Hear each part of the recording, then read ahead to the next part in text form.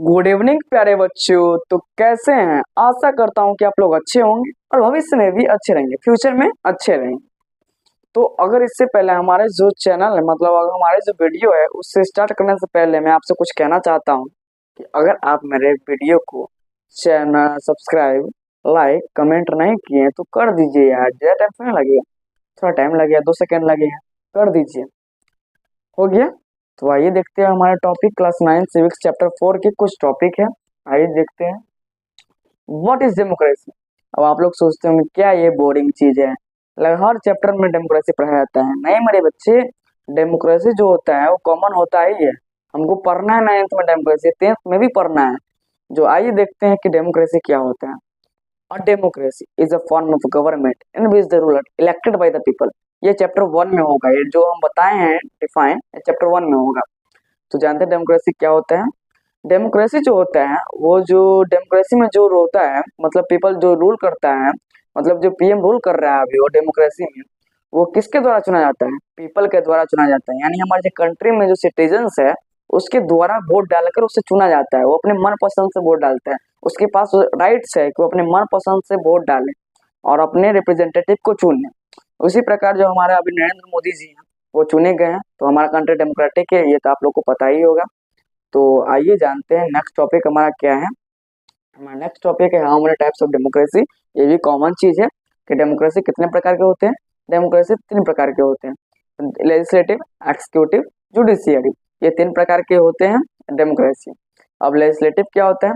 Make a law in any country, मतलब किसी भी देश में जो लॉ बनाया जाता है, मतलब किसी भी देश को तो नहीं पता लेकिन इंडिया का जरूर, अगर लॉ बनाया जाता है तो वो किस लेजिस्लेटिव बनाता है। लॉ कौन बनाता है? लेजिस्लेटिव बनाता है। उसका वर्क ही यही होता है कि लॉ को बनाना, और लॉ को पास करना का काम होता है एक्सिक्यूटिव के पास। किसके पास होता है? एक्सिक्यूटिव के पास। मतलब हमारे इंडिया कंट्री में अगर कोई लॉ पास कर रहा है तो ये जिम्मेवारी किसका है? ये इसका एक्सिक्यूटिव का है। लेकिन जुडिशियरी का 2 वर्क बता रहे हैं आपको। जुडिशियरी का पहला वर्क होता है, यानी अगर किसी भी स्टेट और गवर्नमेंट में जो डिस्प्यूट होता है, मतलब मतभेद होता है, उसको खत्म करने का काम कौन करता है? जुडिशियरी। कौन करता है? जुडिशियरी। हाँ सही सुने, अगर कोई भी डिस्प्यूट होता है तो कौन का काम करता है उसको सुलझाने का? जुडिशियरी। जुडिशियरी में जो होता है हम जानते हैं कि 3 कोर्ट होता है, high court, local court, district court, और उसके बाद सुप्रीम कोर्ट। सुप्रीम कोर्ट बड़ी हाई लेवल का कोर्ट होता है जिसमें डायरेक्ट किसी भी देश के बारे में, मतलब कि बड़े बड़े केस लड़ा जाता है, तो यही होता है। और उसके बाद जो होता है जुडिशियरी का दूसरा काम जो हम आपको बताने वाले थे, जुडिशियरी का काम होता है कि अगर किसी भी देश में, मतलब इसमें कंट्री में, इंडिया में अगर कोई लॉ पास हुआ वो फॉलो हो रहा है या नहीं हो रहा है, वो देखने का काम कौन करता है? जुडिशियरी करता है। सही सुने, जुडिशियरी ये करता है, वो दूसरा नहीं। क्योंकि लेजिस्लेटिव जो होता है वो बनाने का काम करता है किसी भी लॉ को, और जो एक्सिक्यूटिव होता है उसको पास करता है।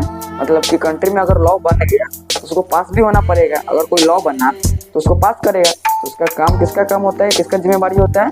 ये एक्सिक्यूटिव का जिम्मेवारी होता है।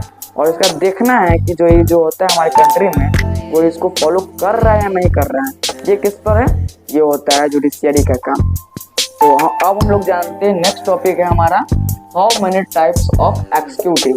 कितने प्रकार के एक्सिक्यूटिव होते हैं। तो आइए जानते हैं, ना देरी करते हुए, आपको भी क्यों देरी करवाएं, आइए जानते हैं एक्सिक्यूटिव कितने प्रकार के होते हैं। एक्सिक्यूटिव 2 प्रकार के होते हैं। फर्स्ट होता है पॉलिटिकल एक्सिक्यूटिव, सेकेंड होता है परमानेंट एक्सिक्यूटिव। अब हम लोग जानते हैं पॉलिटिकल एक्सिक्यूटिव क्या होता है। What is political executive? Political executive में जो होता है, जो किसी भी, मतलब जो पीएम हो गया, सीएम हो गया, प्रेसिडेंट हो गया, मतलब कोई भी स्पेसिफिक टाइम के लिए चुना जाए। मतलब कि हमारे कंट्री में 5 ईयर्स के लिए प्राइम मिनिस्टर को चुना इलेक्ट किया जाता है, 5 ईयर्स बाद फिर री इलेक्शन होगा, उसके बाद फिर चुना जाएगा। अगला बात पता नहीं कि नरेंद्र मोदी जी रहेगा या फिर कोई दूसरा आएगा। तो इसी प्रकार होता है, मतलब कि कोई स्पेसिफिक टाइम के लिए हो, जो वो फिक्स टाइम के लिए, मतलब 5 साल है तो 5 साल तक ही होगा। जरूरी नहीं है, अगर जरूरी नहीं है कि जो वो हार ही जाएगा, जरूरी है कि वो जीत भी जाएगा, तो इस पर ध्यान नहीं देना है। लेकिन स्पेसिफिक टाइम के लिए जो होता है ना, वही हमारा होता है पॉलिटिकल एक्सिक्यूटिव। अब हम लोग जानते हैं परमानेंट एक्सिक्यूटिव। परमानेंट एक्सिक्यूटिव क्या होता है? परमानेंट में हो गया IAS, IPS, IFS, PCI जो निकालता है, यूपीएससी एग्जाम जो निकालता है उसमें होगा। जैसे IAS परमानेंट है, मतलब कि उसको कोई निकाल नहीं सकता। अगर उस पर कोई जो एविडेंस मिला है कि ये घूस लिया है तो भी उसको निकाल जाती है, सस्पेंस मतलब सस्पेंड किया जाता है, डिसमिस किया जा सकता है। अब जो डिसमिस किया जा सकता है मतलब जो हम समझ गए कि पॉलिटिकल एग्जीक्यूटिव क्या होता है और परमानेंट एग्जीक्यूटिव क्या होता है। पॉलिटिकल एग्जीक्यूटिव में होता है जो स्पेसिफिक टाइम के लिए हो, बट परमानेंट एग्जीक्यूटिव में वैसा नहीं होता है। परमानेंट एग्जीक्यूटिव में परमानेंट है, उसको कोई हटा ही नहीं सकता है जब तक उस पर कोई जो ठोस इंजाम नहीं लगा। और वो भी इल्जाम लगा है तो उसका एविडेंस होना चाहिए, सबूत होना चाहिए कि हाँ जो इल्जाम लगा और ये सबूत है, तो अभी उसको डिसमिस किया जा सकता है। नहीं तो इससे नहीं होगा, किसी के बाप के पावर नहीं है तो उसको हटा देगा, ठीक है ना। तो उसके बाद फिर आ गया, अब हम लोग एक क्वेश्चन नहीं लिखे, what is the power of president. President का पावर क्या होता है, ये क्वेश्चन भी जान लेते हैं, लेकिन इस क्वेश्चन को हम लोग अगले ब्लॉग में जानेंगे। अभी के लिए इतना ही, धन्यवाद, thanks for my watching video. फिर मिलते हैं नेक्स्ट वीडियो में, उससे थैंक यू।